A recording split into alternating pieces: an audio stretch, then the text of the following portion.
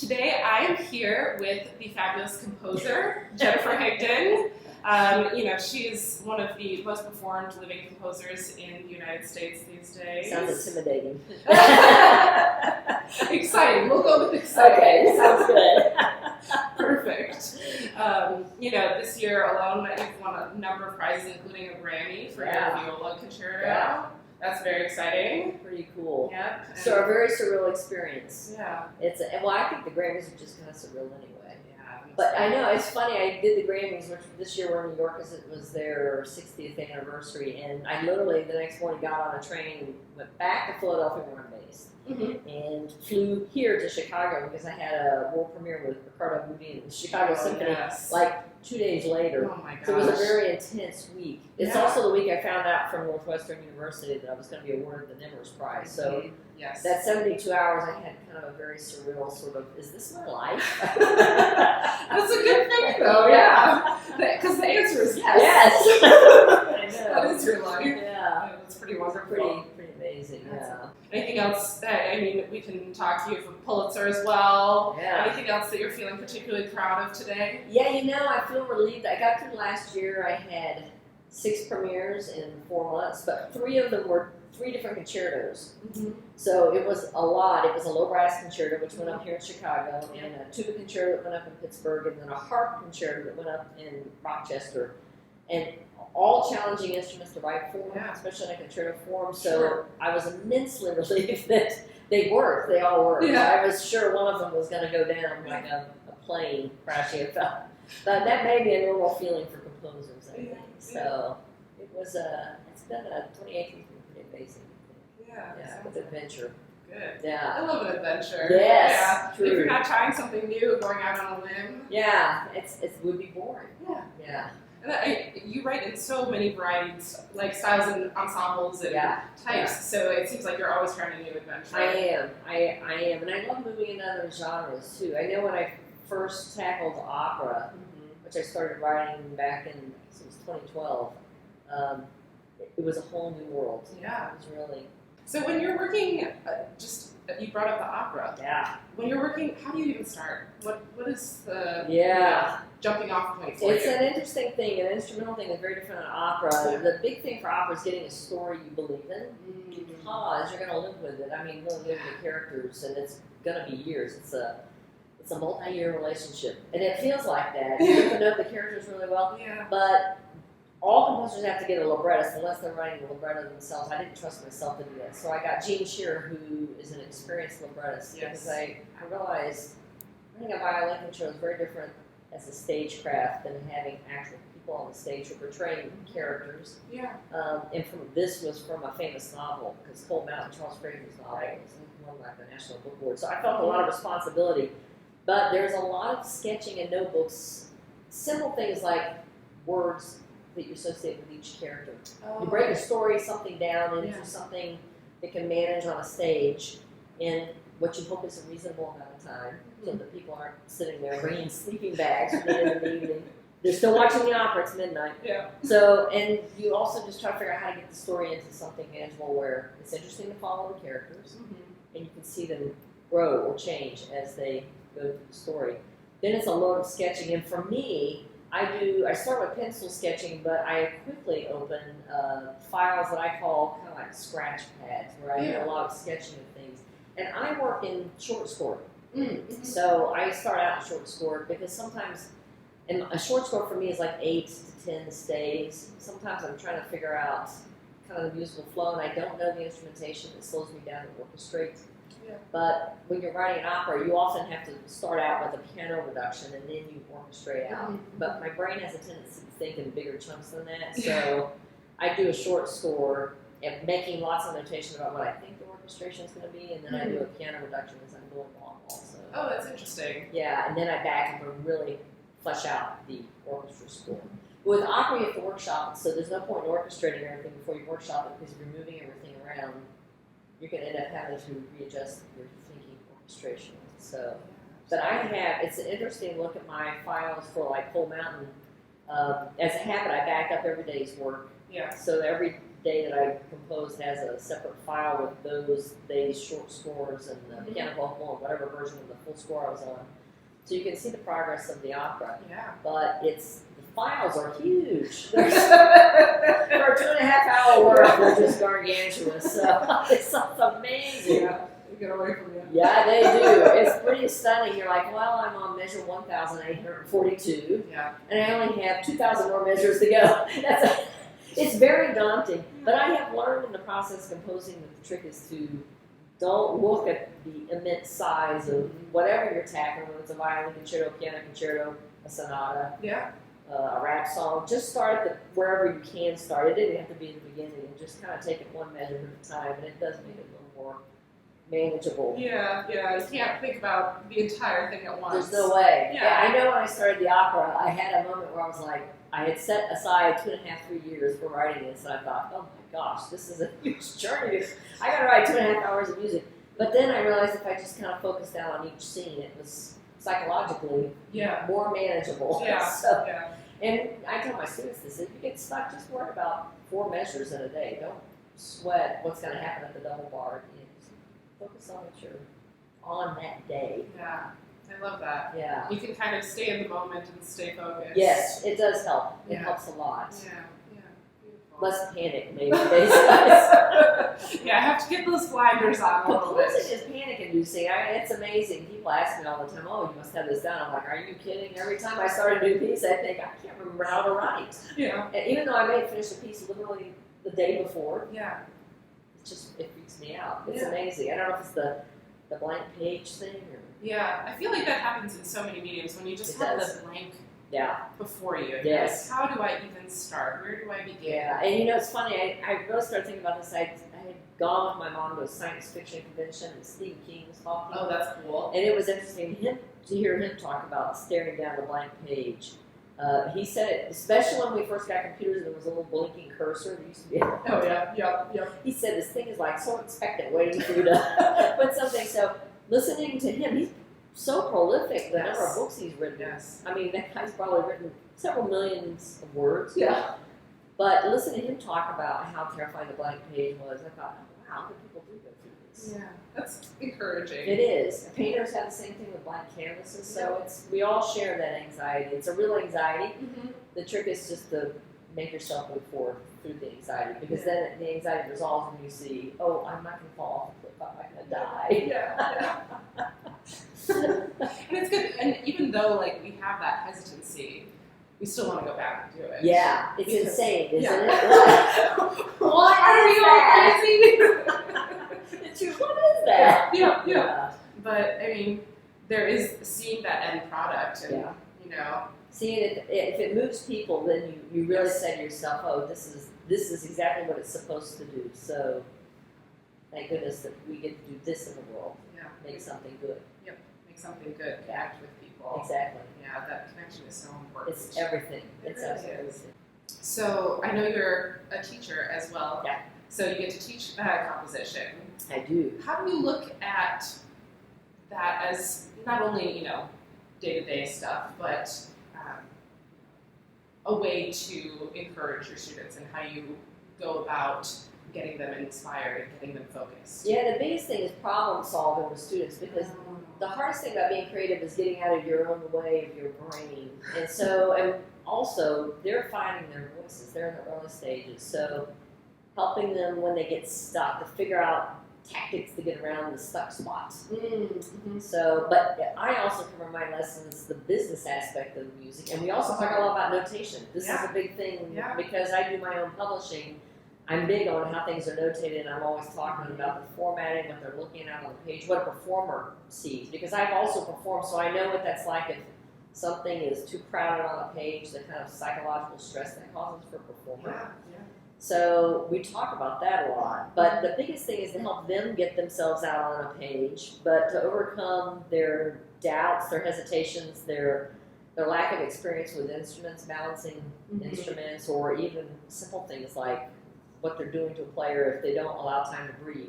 Yeah. So, I mean, it's things they just don't think about, but you know, having performed and having also just written enough works, it's huge, and there are things that they wouldn't think about because they just haven't had the experience. So it's a big job teaching. I think it's probably one of the biggest jobs around. Yeah, I think so too. Yeah, that's great.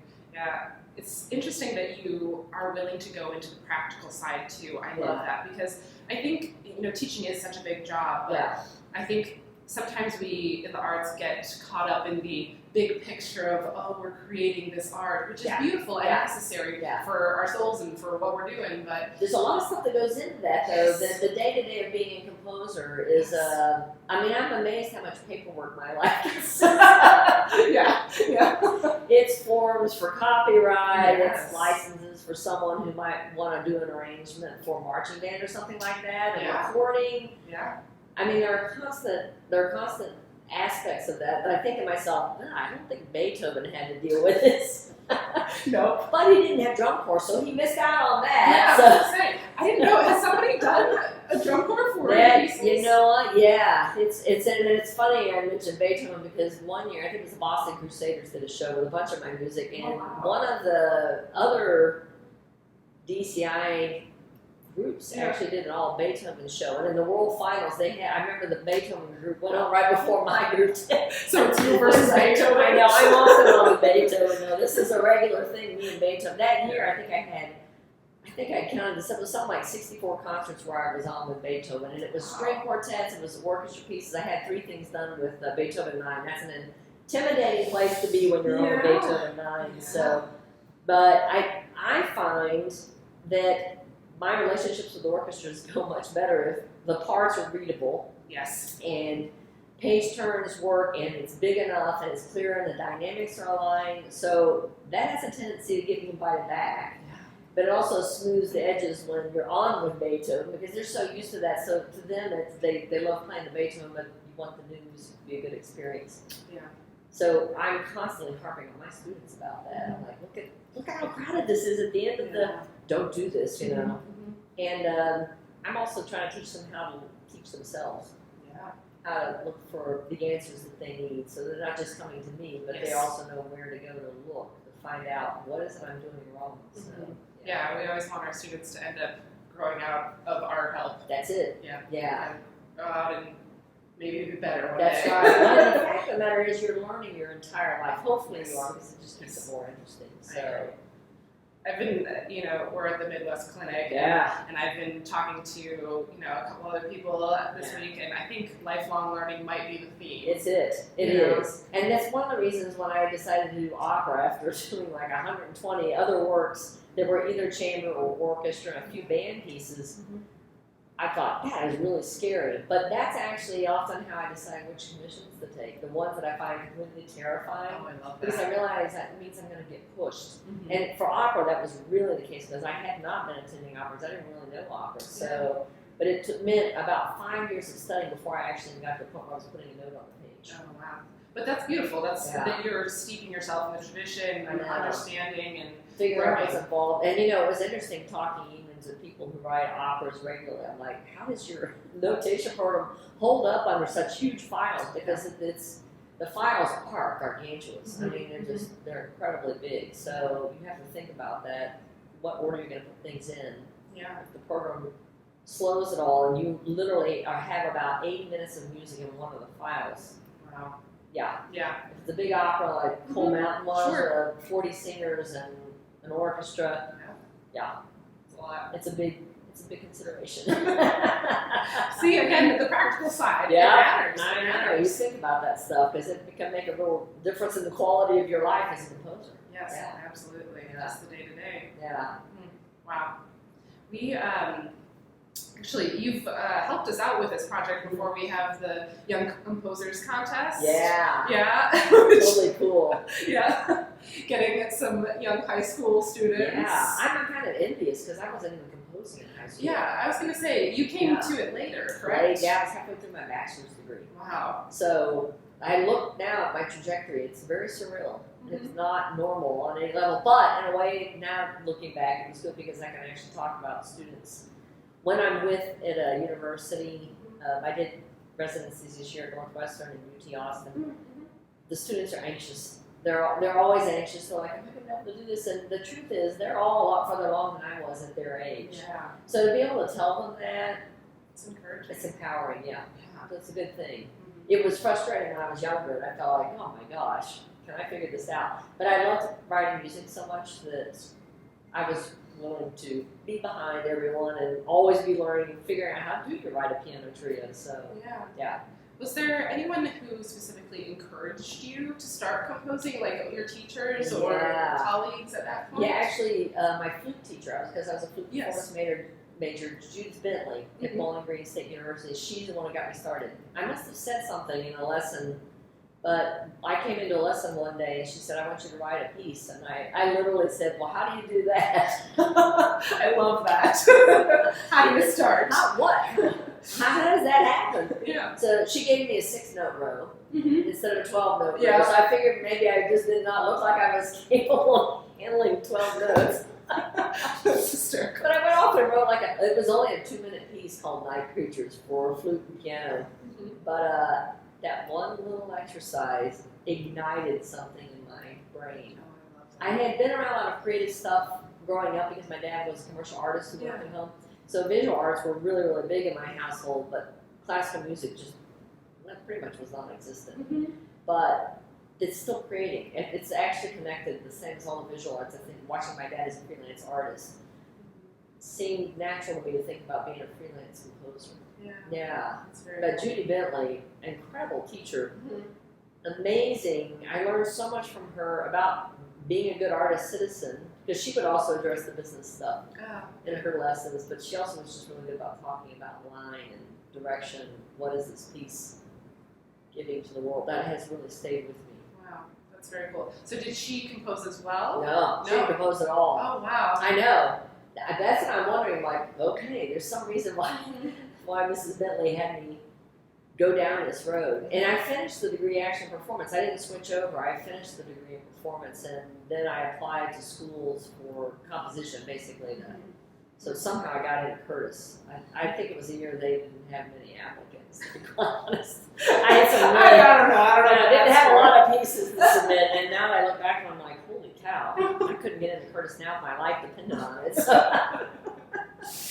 But it is amazing what one teacher can do. Yes, I agree. I think about that sometimes because at a place like here at Midwest where composers come up to me and they talk about that one teacher that listened to them and helped them for the first time hear one of their pieces with the band when maybe they were junior high or high school, and the light in their eyes, it's pretty cool. Yeah, it means a lot, which is what teaching is. It's providing a spark. You know that there's dry wood there and tinder, so you wanna ignite that spark. Definitely. Yeah. That's a beautiful way to put it. Yeah, it just, I think enabling their voice to come out. That's kind of what music is anyway. Yeah, you have something to say. Yeah. Something to share. And even for people who don't make music, they all love listening to music. Yes. So the fact of the matter is, you in a sense are giving them a voice. You're kind of doing it as a proxy. But that's why people get favorite pieces. That's why they have certain pieces they associate either their teenage years or your college years, or even they remember the first time I heard an orchestra or a band. There's one particular piece that just stands out that makes them say, I want to be in music. Yeah. Definitely. Yeah, it's pretty cool. Yeah, it's cool. You see like that. You see little tendrils of fire going out into the world, and you kind of see them ignite. And then those people go on to become teachers and artists and hopefully good citizens in the world. Yep. Yeah. Wow, very cool. It's a cool journey, isn't it? It is a cool journey. Oh, yeah. I was thinking, so you had a wonderful teacher who helped you. Often, I think, when that conversation starts happening, sometimes the way that women are talked to about composition is different in education. It may be. This is funny. I get asked this question a lot. Yeah. It's interesting. In my household, neither one of my parents ever said, didn't hear once that you can't do something because you're a woman. Yeah. My dad was like, you want to be an artist, you just have to figure out how to do it. That was kind of the mantra in my household, but I realized most people don't have that. From talking to them, that often people said, oh, you can't do that. It's an interesting thing, but I don't know. Ironically, my best composition teacher was my flute teacher. Even though I studied with some pretty big composition names, Ned Warren and George Crumb. Casual. Yeah, I know. They were just my teachers. I know. But it is kind of interesting when you think about. I don't know because I only have my brain. Yes. It's a woman's brain. I don't know what the differences are in teaching, but I have heard a lot of women say that a lot of teachers didn't either give them time or kind of discouraged them or said, "Oh, you don't really matter because you're going to get married and have kids." Which every time I hear that, I'm like, really? I'm always a little shocked because I just wasn't around it when I was coming up through the system. But I realized my situation was actually really different. Yeah, you're very lucky. That's Yeah. wonderful. I do remember having male colleagues when I was a student who just completely, though, dismissed me, who now are, they've admitted that they're kind of stunned by my success, which is a weird confession to make. That is odd. Oh, really? I always want to say, don't underestimate anybody. So I know. But it is interesting that they do feel that you can confess that. Yeah. It's like you could have kept that to yourself. You didn't have to say that. Really? Yeah. Whatever would make you think that? It may be connected to this, though. It's very, very possible. And, I think part of it is also that, for so long, women were sort of excluded from the Western canon. Yeah. And so we don't have role models. Too, yeah. So we're so, lucky that we have you to look to at this Yeah. point. Like, and not the one standard bearer, but more women composers. It is something. I hadn't really thought about this a couple of years ago when my violin concerto was being done. Yeah. Baltimore Symphony was one of the co-commissioners, and we did post-concert talks at Baltimore with the audience, and I was surprised. Most of the audience stayed for the post-concert talk, and it wasn't until we were sitting on the stage, it was me, it was Marin Alsop, the conductor of the Baltimore Symphony, and it was Hilary Hahn, the violinist. And it wasn't until the first night when a little girl raised her hand, and she said, "It's so amazing to see women on the stage." And literally, we stopped, and we were like, "Oh yeah, I just didn't think about it." But when she said that, the whole audience just burst into applause. And that happened every single night. We had 3 nights of concerts. It happened every single night that came up. So I could tell that there was a moment happening there where there was a sense, especially for the young ladies in the audience, there was a sense of empowerment that, oh, maybe they could be on that stage. Yeah. And it just somehow hadn't occurred to me because I've always just been busy kind of writing my music and doing my thing. But when you look at it from the outside, you realize it has been a really skewed and imbalanced scene. Yeah. Basically. Totally. So we gotta fix it. Yeah, let's fix it. Absolutely. Yeah. So. Yeah. And you never want to be highlighted for something outside of what you're doing. Right.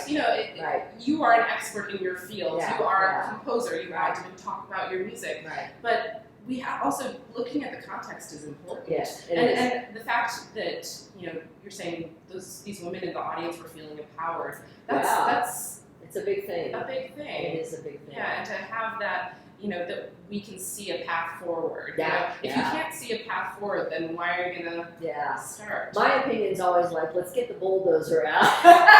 Let's make a path. Make a path. And I often tell young ladies that when they come up to me and they say, "I didn't know I could write music. I didn't know it was even a possibility." I'm like, yeah, well, listen, if there's a barrier in your life, you just have to blow through that barrier. You may have to go around it, you may have to go through it, you may have to go over, but you can break that barrier down. Let's get creative. It's amazing that sometimes you can tell from the look in their eyes, it just didn't occur to them. They thought the barrier was real and it was a concrete wall and they couldn't get around it, but you can. Yeah.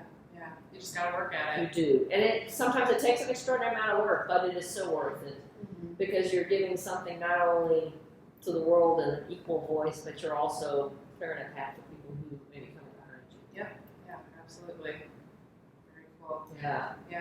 When we're here at Midwest and we have a number of panels and stuff this week, sort of talking about women in composition, programming women, making sure that we're included. Yeah. And I was in a panel yesterday and we were talking about how we can sometimes go out and have like a women-only concert, and it's like, all right, here we go, we're doing a good thing, and it's like, is that really a good thing? Well, it's good in one way, but it's not the situation we want. Yes. So we're having to even do that. I mean, it's funny. My music usually gets programmed on concerts that are not new music concerts. I get programmed on with Beethoven. And Brahms and Tchaikovsky. That's usually where my concerts occur. I feel like there's two things happening. We need more living composers, and we need a better mix. And frankly, I think the generations, probably starting with yours, have the expectation of a better concert experience where they don't want one of anything. They want a variety. This is kind of the way, we used to call it the iPod shuffle phenomenon. Now it doesn't have as much meaning, but that, it really did set up an expectation. People will listen on their, whatever their listening device is, your iPhone or whatever it is, they have a mix of stuff. I mean, I have a mix of stuff. I want to be able to listen to country and rap. I want to listen to bluegrass and rock, and I want to listen to classical, but usually contemporary. But sometimes I need my Beethoven. But I feel like the concert experience needs to reflect that too, because that's what our expectation is. So I think it's a much healthier situation. And plus, I think that's another level of creativity. Like, how do you bring these different pieces together in a way that is interesting and engaging? Well, it's kind of also, I think we're starting to smear the lines between the classical and the hip hop and the rock, and I mean, looking at Hamilton, a hip hop Broadway musical. It's a fantastic knocking down of a barrier that made people go, oh, I never thought about that. So it just takes a matter of someone saying, I'm going to do this one way or the other. And it's true. You know, we have that now. Film composing used to be very segregated, but it is smearing the line. But we've also got people who are doing classical stuff that really in the downtown scene is also kind of crossing over into pop and alternative band music. So it's good. And I think part of that comes from, you know, what we're all listening to. It's not, we're not just listening to, Western canon. I know. Like, what kind of stuff do you tend to listen to sort of feed? Everything. Well, if I'm studying something, like when I was writing a harpsichord, it was a lot of harpsichord. It was a lot, but I listen, it literally depends on when in the day and what I need. Sometimes I need silence. But sometimes I need to let go, and I may listen to the Beatles. I also am always listening to usually CDs that have just come out with new words. So I guess I've either mentored, talked, or been around enough composers that I start following their careers like really early on. Like I remember John Mackey's early stuff. So even Eric Whitaker, when he was a student, I was following his stuff. So through the years, I've just kind of kept up. If one of my students or someone I know of has a new disc come out, I buy it immediately. And I still buy CDs. So I mean, it's nice to have the collection. It is. I know. I think I have about 4,000 discs. So it's really. Do you have an organization system? I do. And it used to be alphabetical by composer, but now it's more genre related because often when I'm writing something, I will dive into that genre. When I was doing a tuba concerto, I'm like, okay, all the tuba stuff here. Give me everything with a tuba. So, but I listen, it's a huge mix. I mean, I love like Alison Krauss. I love bluegrass stuff, but I'm a big fan of rap and rock. It's like everything. There isn't really much of I don't have many discriminating tastes when it comes to listening to music. And part of it depends on what I'm trying to release. When I'm writing an opera, that music has a tendency to stay in my head to the point where I can't sleep. So at the end of the day, I usually have to put something on that's extraordinarily contrasting and try to get my brain to let go of the music that I've been struggling over. That's interesting. That's a smart tactic to just other end of the spectrum. I have to, and when a piece is being premiered, usually there are enough rehearsals within that week that the piece just continues to loop. It's totally maddening. I often think to myself, this is how people go mad. This is how it happens. I know.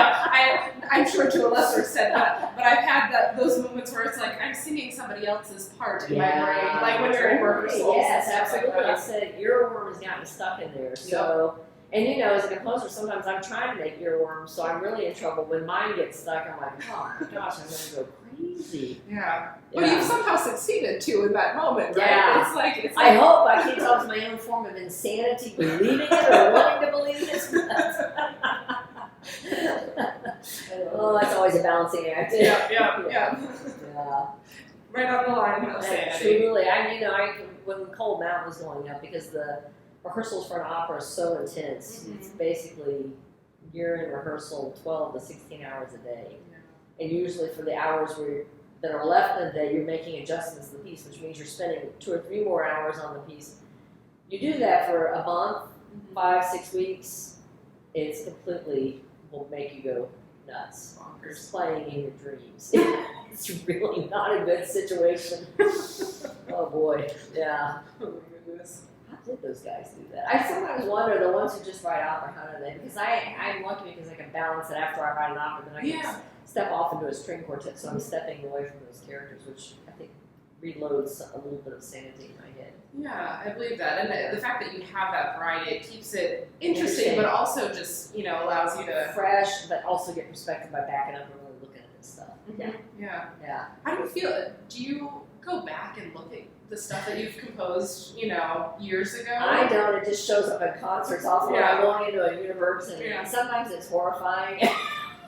Sometimes I can hear like the early stages of a young composer developing a voice. It's so weird to go back and visit basically with student works. Yeah. Which someone asked me the other day, they said, well, when did you stop feeling like a student? I'm like, oh, I've never stopped feeling like a student. And then they said, well, did you ever feel like an adult composer, like you finally figured it out? And I said, yeah, when I got the call about the Pulitzer. That was the moment. You're like, that wasn't that long ago. I was like, oh, I guess I think I need to official figure it now. Yeah, that's actually what I said. Really? I must have figured this out.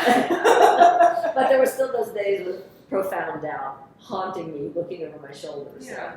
We all have them. We do have those moments. Yeah. But I think it comes back to that connection, back to that, It does. way to communicate with people. And if that comes back, it feeds us enough to... It does. I think the curiosity thing feeds. That's it's a good thing. Yeah. Absolutely. Well, what about, let's just focus for a second. Do you have any advice for composers, especially at the sort of high school age? You know, this is younger than you started. How do you think they can sort of start, and what are the goals that they can have when they're beginning? This is actually a good question. I meet a lot of young people say, I haven't had enough theory, so I can't compose, which you don't have to have theory to compose at all. There are whole cultures throughout the history of humanity, man on this earth and woman on this earth, where the music making was just something around the fireplace. They may have been banging rocks and sticks together, but really composing is putting sounds with sounds. Yes. And I think the number one rule when you're composing is just to make something interesting. That's really, we study theory so we can understand how music moves. We kind of understand, but that's not the answer to composing. It's just understanding aspects of the acoustical properties of music.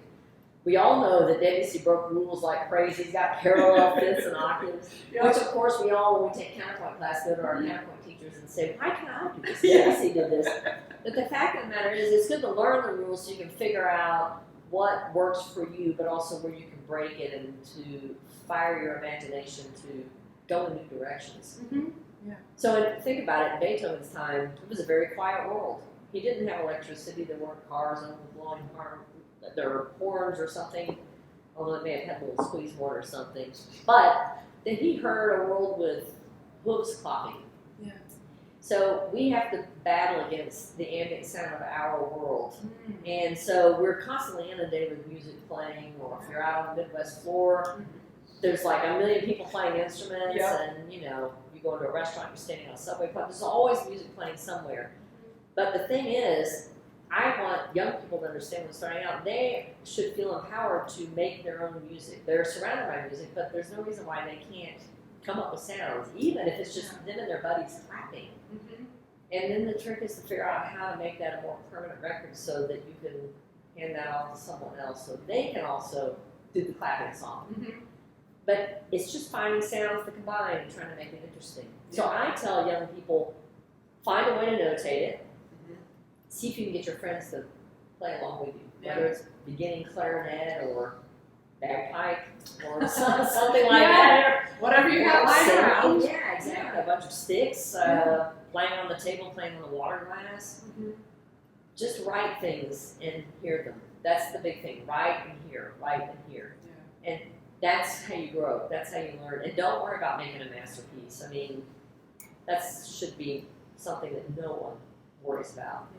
I think that's a real worry, though. Sometimes It is. they're like, oh, I can't even start because how can I make something this good? Yeah, and that's a dangerous way to think. It will haunt you and it will stop you. Yeah. We call it the masterpiece complex. It says students get jammed up in the masterpiece complex. So like, I can't write a string quartet. Look at how great all the repertoire is.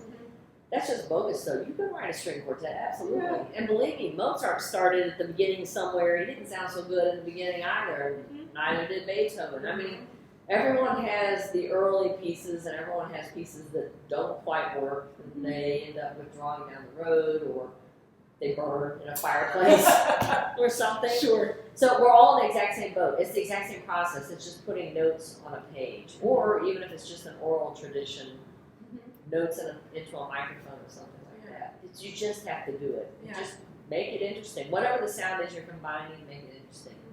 Yeah, and even those ones that you want to burn, like you're going to learn something from That's that. right. That's learning. It's a step. You've actually, it's not a failure. It's just a step forward in your progress. Yeah. Yeah, absolutely. Yeah. Well, that's great advice. It's a big world, isn't it, though? It can be intimidating if you're looking at the whole picture and thinking, I've got to write a 2.5-hour opera? Really? What have I agreed to? Yeah. So it seems like the themes are start small and just start. Focus on the steps in front of you. Don't look up the mountain. I mean, a hike can be really a big thing. This is one of the things I've heard hikers talk about going up Everest. Yeah.